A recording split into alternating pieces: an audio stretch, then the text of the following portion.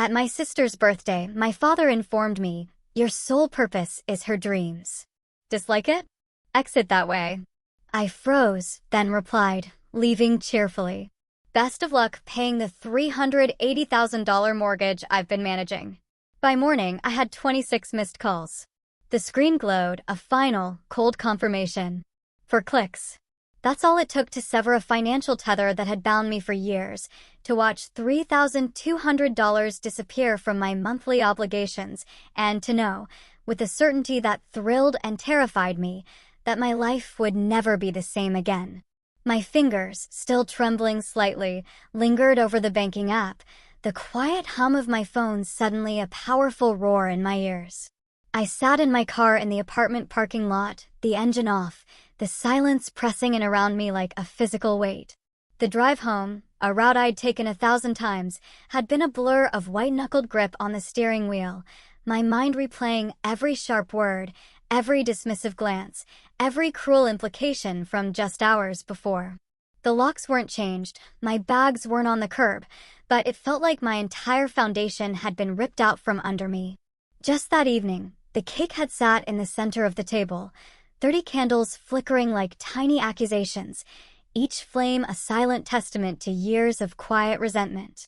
My sister, Belle, looked radiant in her emerald dress, a perfect emerald droplet against the canvas of our parents' meticulously curated home. She was surrounded by family and friends, all fussing over her latest achievement, a promotion she'd mentioned so casually, almost as an afterthought, just 3 days prior. Mom, a whirlwind of efficiency, had organized this entire party in record time, transforming their house into something that belonged on the pages of a glossy magazine. It had all been for Belle. It always was. Speech, speech, someone called out, and Belle, wineglass raised, stood to thank everyone for their love and support. Her eyes swept the room, pausing briefly on our parents, on her husband Cameron, but somehow skipping right past me, a phantom in the periphery. The familiar sting barely registered anymore. I'd grown so accustomed to being background noise in my own family story that it felt almost natural. After the toast, I slipped into the kitchen, the cacophony of celebration fading behind me, to refill my water glass.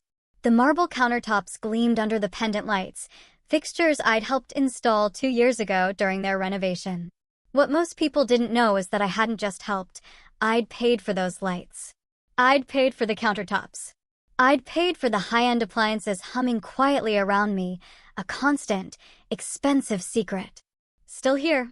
Dad's voice sliced through the domestic quiet, carrying that familiar edge of disappointment I'd heard my entire life. Thought you'd have left by now. You usually disappear early from these things. I turned slowly, forcing myself to meet his gaze, my spine stiffening. Just getting some water.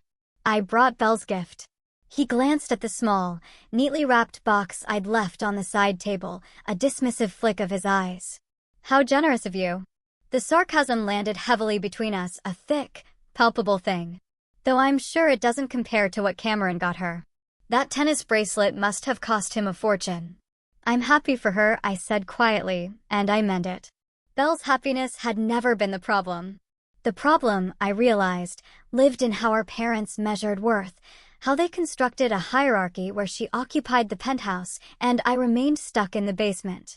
This dynamic, where one child is consistently elevated and the other minimized, is a classic example of parental favoritism, often creating profound psychological consequences for both children, fostering resentment, insecurity, and a lifelong struggle for validation. Dad moved closer, lowering his voice, his gaze unwavering. You know what your role is in this family, Jade. Always have been. You exist to support Belle's dreams, to make sure she is everything she needs to succeed. That's your purpose. The water glass trembled slightly in my hand. 28 years of this, and somehow, hearing it stated so bluntly still had the power to wound me. My purpose? Exactly. He crossed his arms, looking at me with something resembling pity mixed with irritation. Your sister has potential. Real potential. She's going places. Always has been destined for greatness. Ever since she was little, you've always been more ordinary, practical. There's no shame in that. But someone has to be realistic about these things. I set the glass down carefully, the clink against the marble surprisingly loud in the tense silence, worried I might drop it. My own achievements felt like dust in my mouth. I graduated magna cum laude. I'm a senior financial analyst at. Yes, yes. You have a nice little job. He waved his hand dismissively, cutting me off mid-sentence. But Belle is extraordinary. She needs support, resources, opportunity.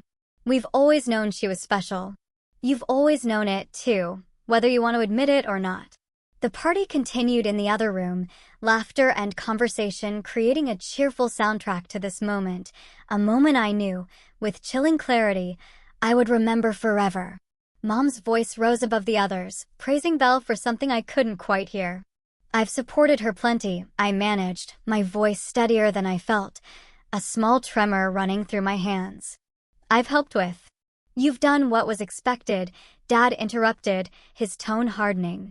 What any decent sister would do, but lately your mother, and I have noticed some resistance. Some reluctance. That attitude you've been carrying around like you're doing us all some great favor. He stepped closer, his expression tightening, his eyes drilling into mine. Let me make something crystal clear. Your job is to facilitate Belle's success. That's your contribution to this family. If you hate it, the door's right there. Nobody's forcing you to stay. The words hung in the air between us, sharp and final, like a guillotine blade. 28 years of feeling secondary, of being told I mattered less, of watching resources flow toward my sister while I scrambled for scraps. All of it crystallized in this single, brutal moment. Dad stood there, waiting for me to back down, to apologize, to accept my designated position in the family structure. Instead, something shifted inside me. A wire that had been stretched taut for decades finally snapped, not with a bang, but with a quiet, powerful release. But what happened next, I don't think any of us could have predicted. You're right, I said quietly, my voice surprisingly calm, almost detached. Nobody's forcing me to stay. His eyebrows rose slightly, a flicker of surprise in his eyes. Excuse me. I'm gladly leaving. My heart hammered against my ribs, a frantic bird desperate for escape, but my voice remained steady, each word a carefully placed stone. Good luck paying the $380,000 mortgage I've been covering for the past 4 years. The color drained from his face, leaving it a sickly pale. What are you talking about? The mortgage on this house. I gestured around us, my hand sweeping across the expensive kitchen. The one you and Mom took out to pay for Belle's wedding, then extended to cover Cameron's business startup costs, then refinanced to fund their down payment on the condo. The monthly payments you'd been handling for years? I've been wiring $3,200 every month directly to the bank. You've been depositing my checks and using them for the mortgage while telling Belle you two paid for everything. Dad's mouth opened, then closed, a silent fish out of water. That's not. You can't just. I absolutely can. Something like freedom, vast and intoxicating, started to bloom in my chest, pushing out the years of resentment. I'm done with all of it. The mortgage payments stop immediately. The loans that were never supposed to be loans? Consider them gifts. I won't ask for a penny back, but I won't send another dollar forward either. You ungrateful, he started, his voice a strangled gasp, but I held up my hand, cutting him off. I'm going to go say goodbye to Belle. Wish her a happy birthday and leave. You have until tomorrow to figure out your finances. I'd recommend calling the bank first thing Monday morning. I picked up my purse from the counter, my fingers no longer trembling. Oh, and Dad, I'm ordinary and practical, remember? Which means I have 4 years of bank transfer receipts, text messages about the mortgage, and emails discussing the refinancing. All documented, all dated, just in case you try to claim I'm lying about any of this. His face had gone from pale to a furious, blotchy red, his jaw tight.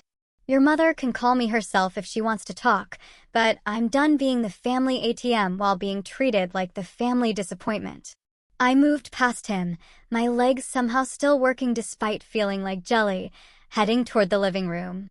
Belle stood near the fireplace, laughing at something Cameron had said. She looked so happy, so blissfully unaware of the financial house of cards our parents had built around her life. Part of me wondered if she even knew about the mortgage situation, or if she genuinely believed Mom and Dad had paid for everything out of their own pockets. "Hey," I said, approaching her with what I hoped looked like a natural smile. "I need to head out, but I wanted to say happy birthday. Really happy for you on the promotion." She hugged me briefly, a quick, almost perfunctory squeeze, already distracted by another guest approaching. "Thanks for coming." "Oh, did you meet Cameron's new business partner?" "He's around here somewhere." "Maybe next time," I said, and slipped away before she could respond, the weight of the evening lifting with every step out the door. That moment was just the fuse being lit. The drive home took 20 minutes. I sat in the car for another 10, shaking, the adrenaline finally wearing off. Then I pulled out my phone and did what I should have done years ago. I logged into my banking app, found the automated monthly transfer to my parents' mortgage account, and deleted it. For clicks. That's all it took to end 4 years of financial servitude. My phone stayed silent that night. I half expected an immediate call, a furious barrage, but none came. Maybe Dad was still processing, or maybe he was strategizing with Mom about how to handle this unexpected, seismic shift. Either way, I slept better than I had in months, the quiet hum of my own apartment feeling like the sweetest melody.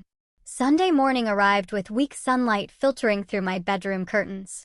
I made coffee, settled onto my couch with a book I'd been meaning to read, and tried to pretend yesterday hadn't happened. The pretense lasted until 9:47 a.m. when my phone started ringing. Dad's name flashed on the screen. I let it go to voicemail. He called again. And again. I silenced my phone and went back to my book, but the words blurred together meaninglessly. By noon, I had 26 missed calls, 18 from Dad, 6 from Mom, 2 from Belle.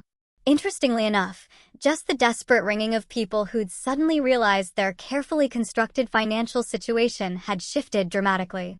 The text started around 1 p.m. Dad, "We need to talk about this situation immediately." Mom, "How could you do this to your sister on her birthday?" Belle, "Dad says you're refusing to help with something. Call me." I responded to none of them. Instead, I opened my laptop and began documenting everything I could remember about the past 4 years. Dates, amounts, conversations.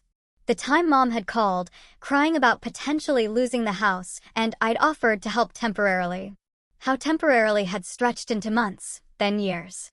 The way Dad had explained the refinancing as a way to consolidate some family expenses.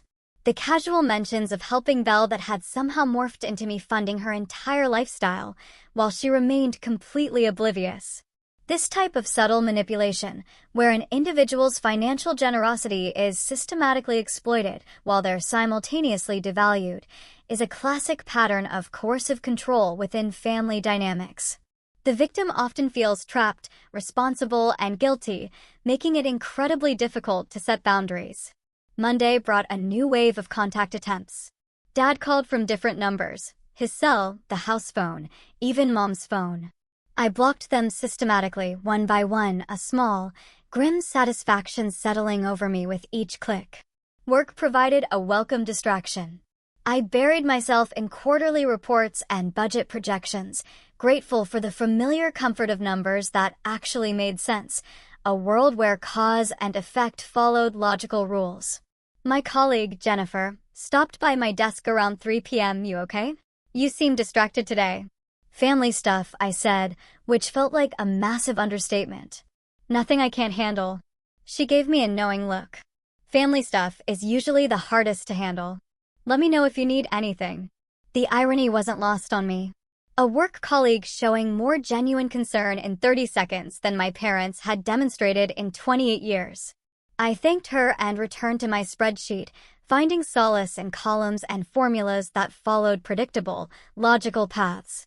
Tuesday afternoon, Belle showed up at my office. She looked upset, her carefully applied makeup slightly smudged, as if she'd been crying. My stomach dropped. Whatever Dad had told her, it clearly wasn't the truth. "Can we talk?" she asked quietly, hovering near my cubicle, her voice small. "Maybe grab coffee." I saved my work and grabbed my coat. We walked to the coffee shop across the street in silence, the bustling city noise a stark contrast to our quiet tension.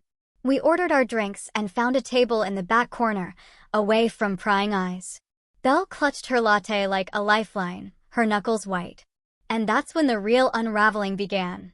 Dad says you're backing out of some family arrangement, she started, her voice tight, strained.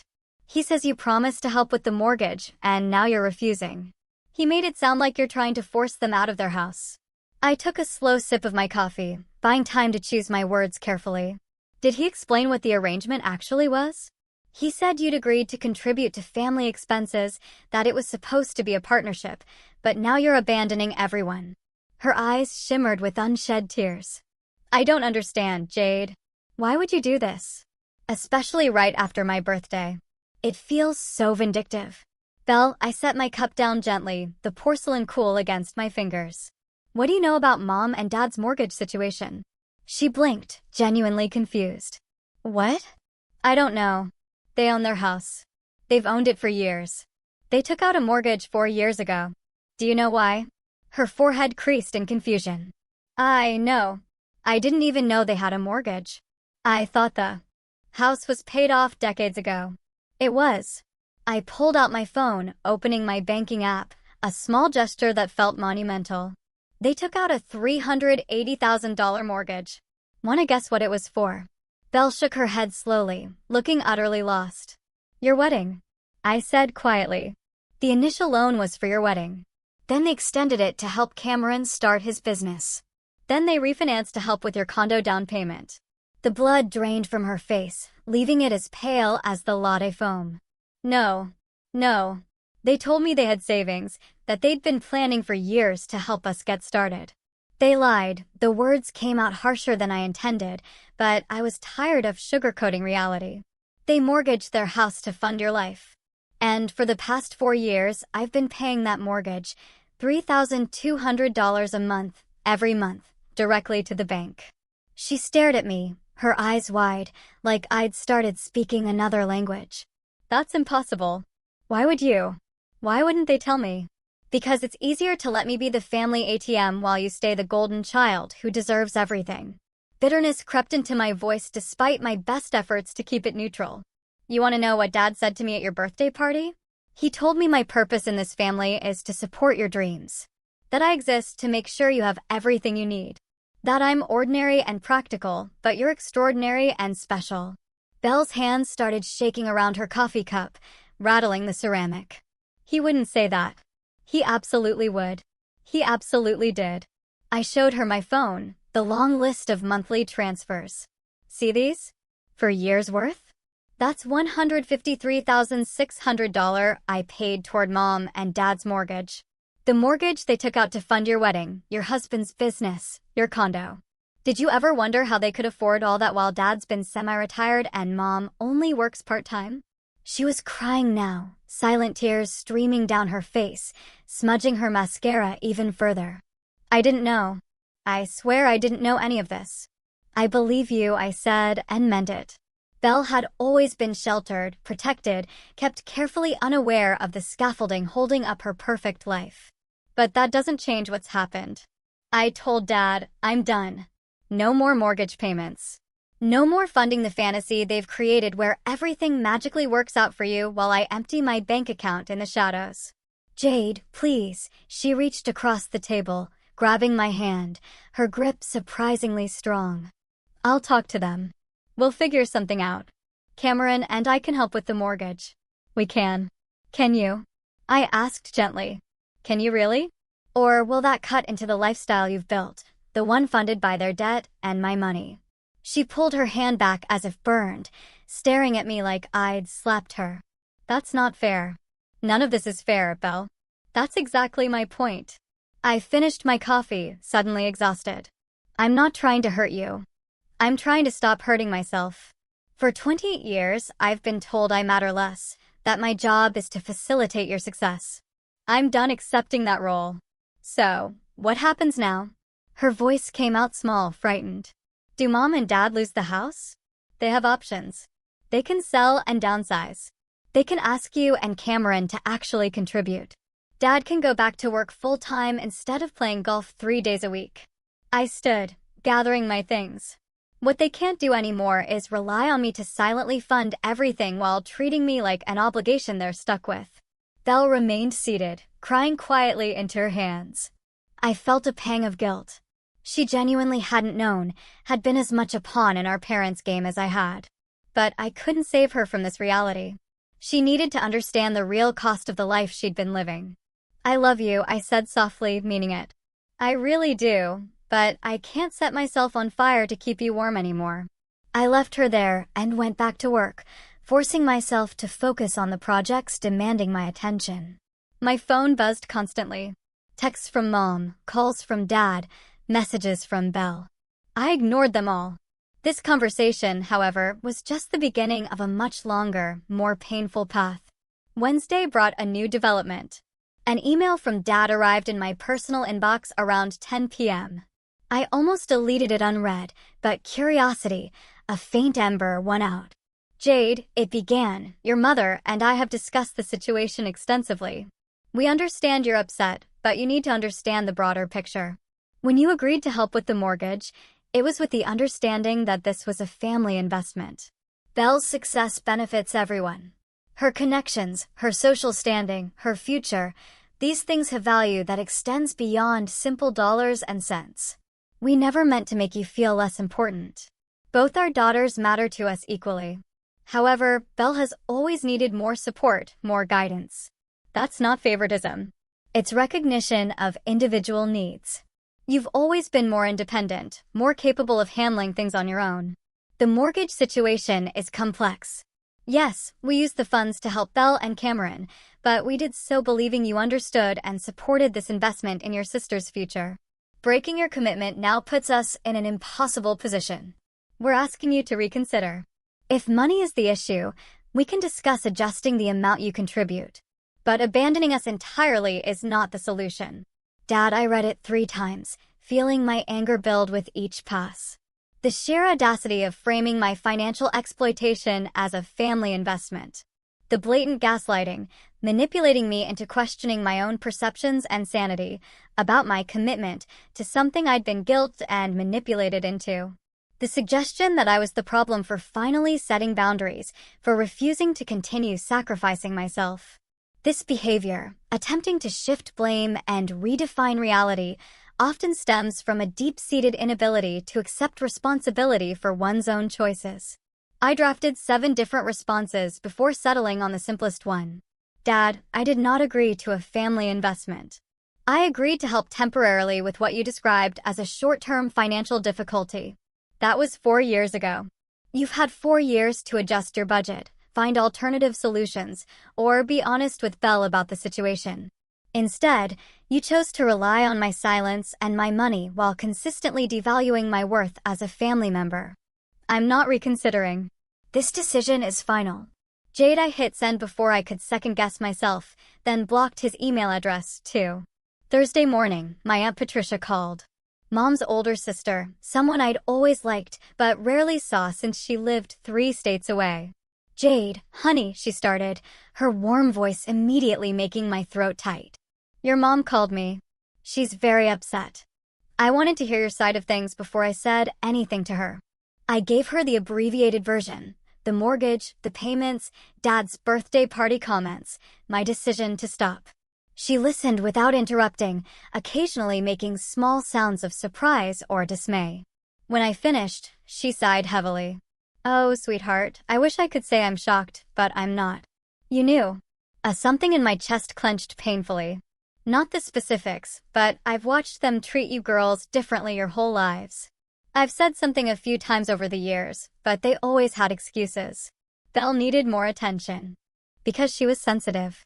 Belle needed more resources because she had bigger dreams. You were fine on your own. You didn't need as much. Patricia's voice hardened. It's garbage. For the record, complete garbage. Hearing someone validate my experience after 28 years of gaslighting nearly broke me, the relief a physical wave washing over me. I don't know what to do now.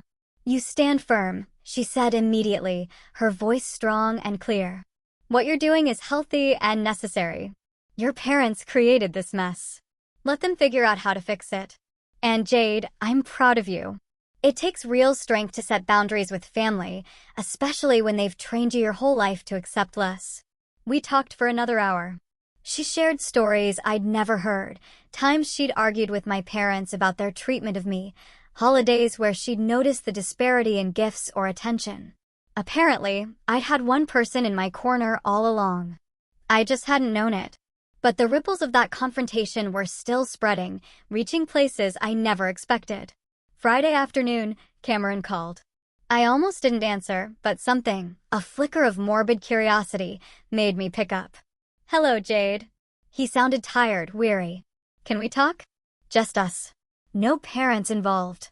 I'm listening. Belle told me everything about the mortgage, the money, all of it. He paused, a heavy silence hanging between us. I had no idea about any of it. Your parents told us they'd saved for years to help us get started. I would never have accepted their help if I'd known they were going into debt. They refinanced their paid-off house, Cameron. They went into debt by choice. I know, and I feel sick about it, he sighed, a sound of defeat. Look, I'm not calling to convince you to start paying again. That's not your responsibility, and it never should have been. I'm calling to tell you that Belle and I are going to take over the mortgage payments. I sat down slowly, the words barely registering, not quite believing what I was hearing. We've been going through our finances, and we can swing it if we make some adjustments. You're serious? Completely. We're selling the condo. It's too much house anyway, and the market's good right now. We'll move somewhere smaller, more affordable, use the equity to pay down the mortgage balance, then handle the monthly payments ourselves. He laughed bitterly, a hollow sound. Your dad is furious, by the way. Apparently, we're both ungrateful children now. Welcome to the club, I said, surprised to find myself smiling slightly, a genuine, unforced curve of my lips. Belle wants to talk to you. She's been a mess since Tuesday. She genuinely had no idea how you'd been treated, how much you'd been carrying. He hesitated. I know things are complicated with your family, but she's trying to understand. She's horrified by what your dad said to you. I'll think about it, I said carefully, the warmth of the slight smile fading. I need some space right now from all of it. I get it. Just know that when you're ready, she'll be here. We both will. He paused again. And Jade, thank you for everything you did, even though you shouldn't have had to do any of it. You're a better person than any of us deserved. After we hung up, I sat in my quiet apartment, processing this new development. Cameron and Belle taking over the mortgage changed things, removed the immediate crisis my parents had been using to justify their panic. But it didn't change the fundamental problem. The way I'd been treated, the role I'd been assigned, the decades of being told I mattered less.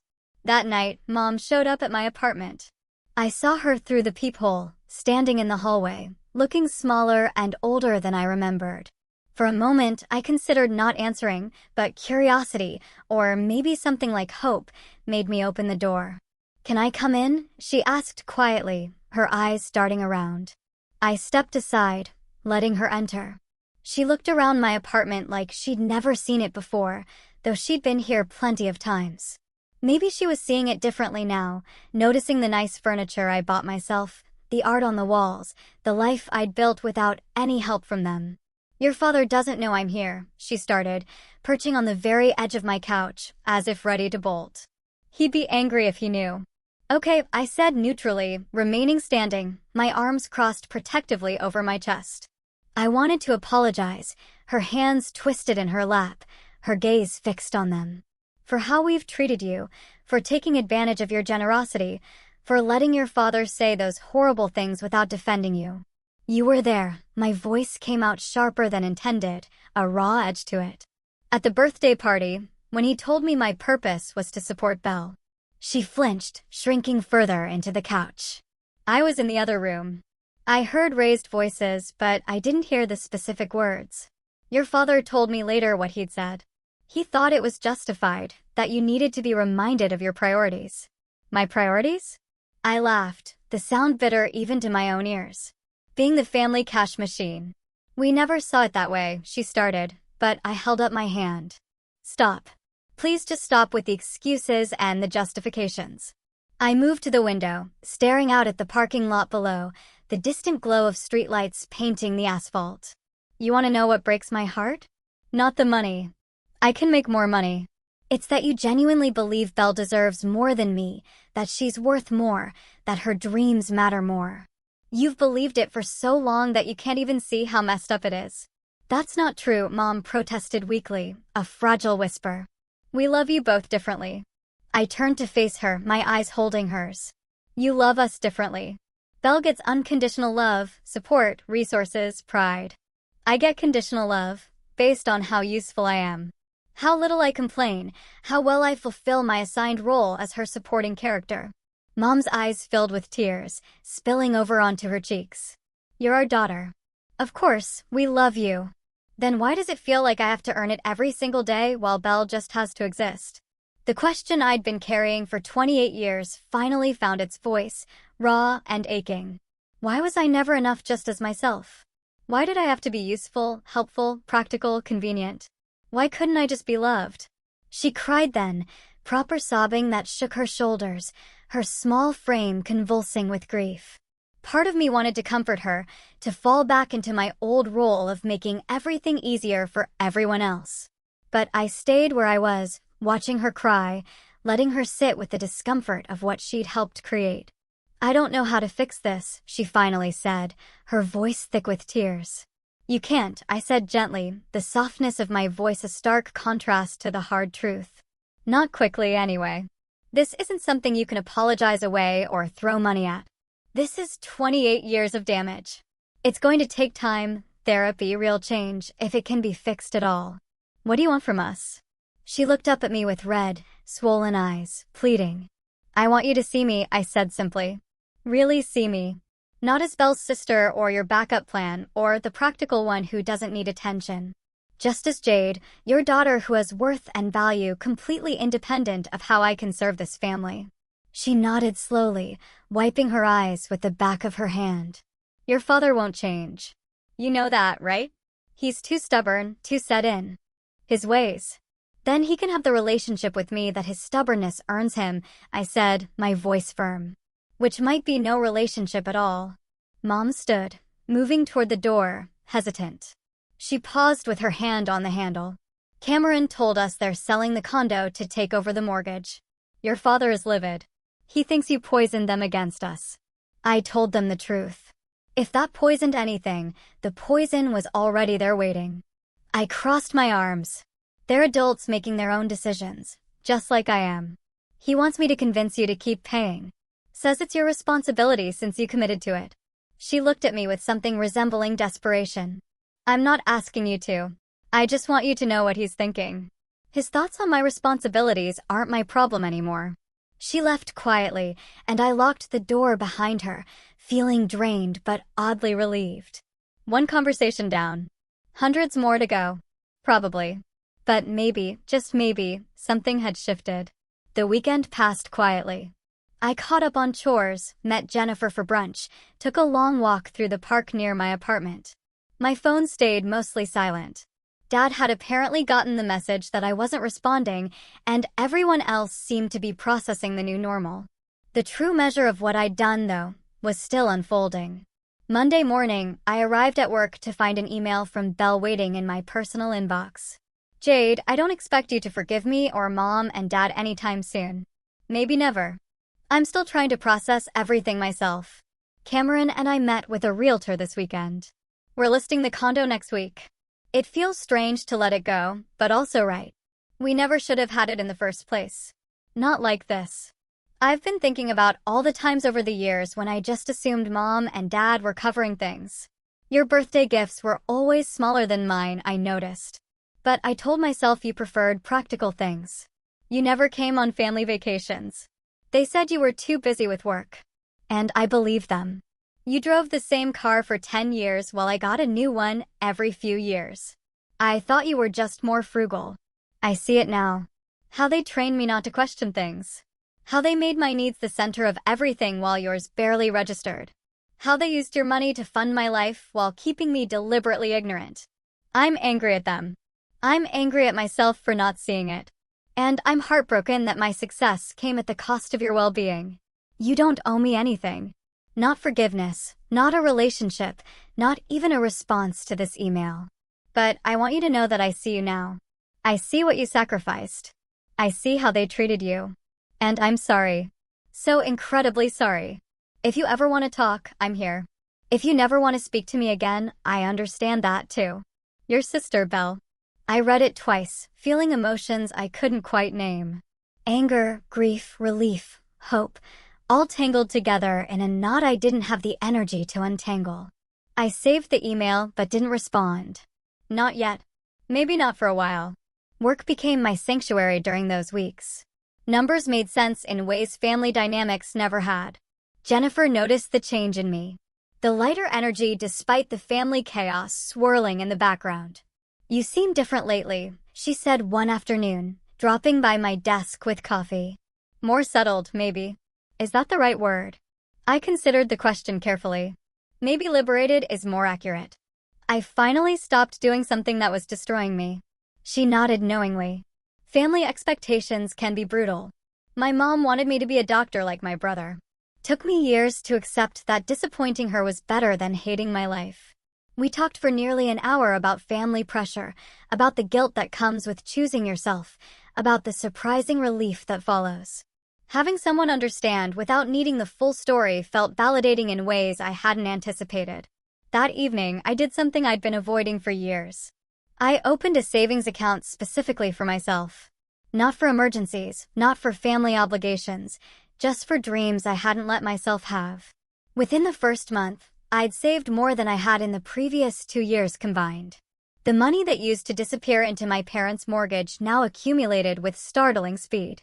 I started researching graduate programs in financial planning, something I'd wanted to pursue, but had always pushed aside, telling myself the tuition money needed to go elsewhere.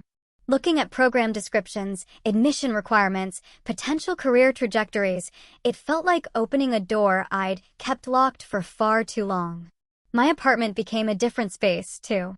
I replaced the hand-me-down furniture from my college days with pieces I actually chose: a reading chair by the window, bookshelves that didn't sag in the middle, kitchen equipment that worked properly instead of barely functioning cast-offs from my parents' house. Each purchase felt like a small rebellion, a declaration that my comfort mattered. The guilt tried to creep in sometimes, late at night when I couldn't sleep. Whispers that I was selfish, that family meant sacrifice, that walking away made me the bad daughter they'd always implied I was. But then I'd remember his words at the birthday party, the casual cruelty of reducing my entire existence to financing Belle's dreams, and the guilt would fade back into righteous anger. 3 weeks later, Aunt Patricia called again. "Your parents' house sold," she announced without preamble. "They closed yesterday."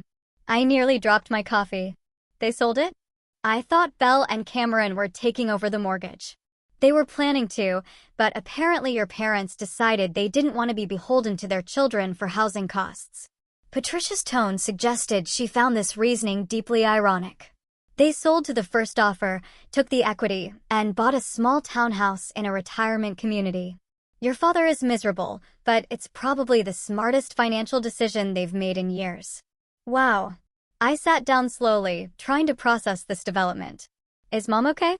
She's adjusting. I think part of her is relieved, actually.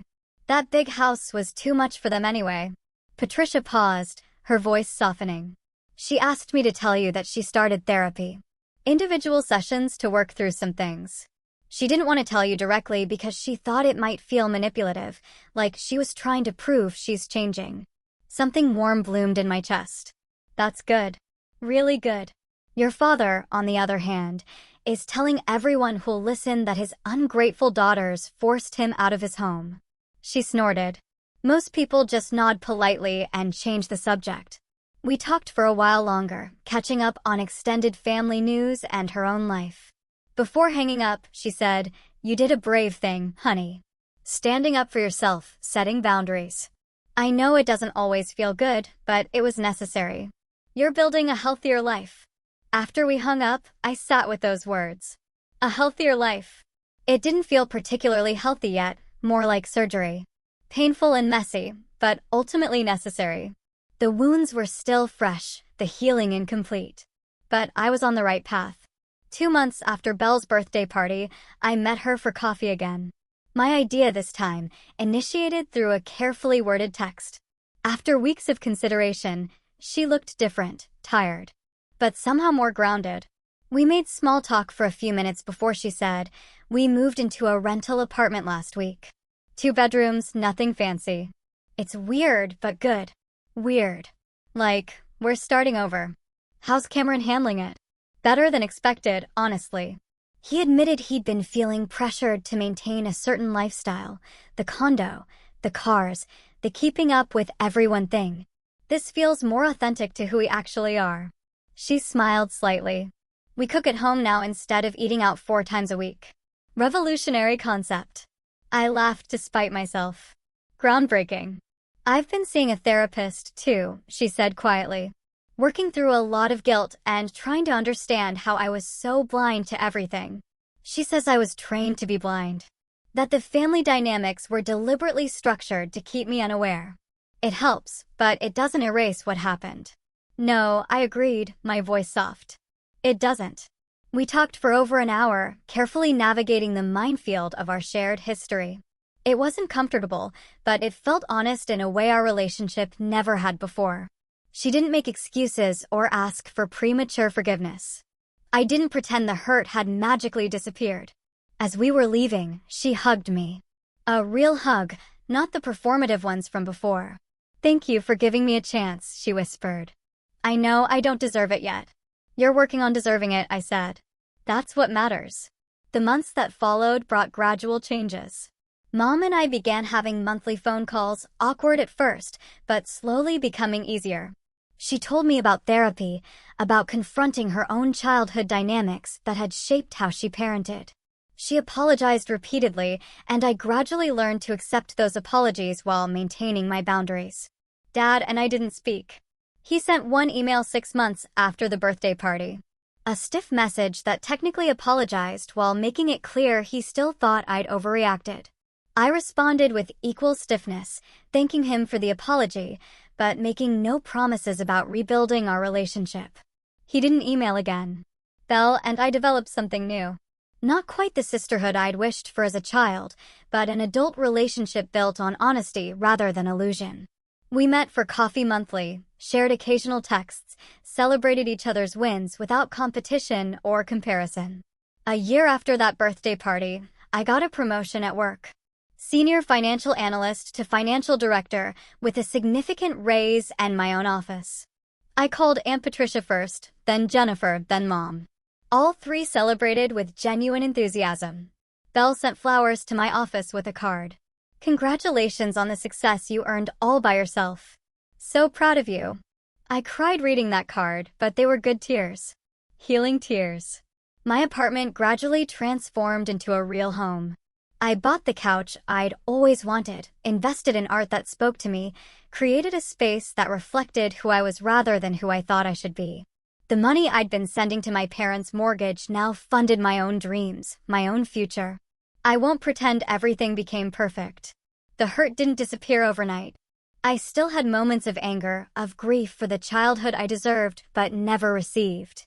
The family gatherings I attended remained complicated, navigating the careful distance I maintained with Dad while trying to build something healthier with Mom and Belle. But I also had something I'd never experienced before. Freedom. The freedom to define my own worth. The freedom to invest in myself without guilt.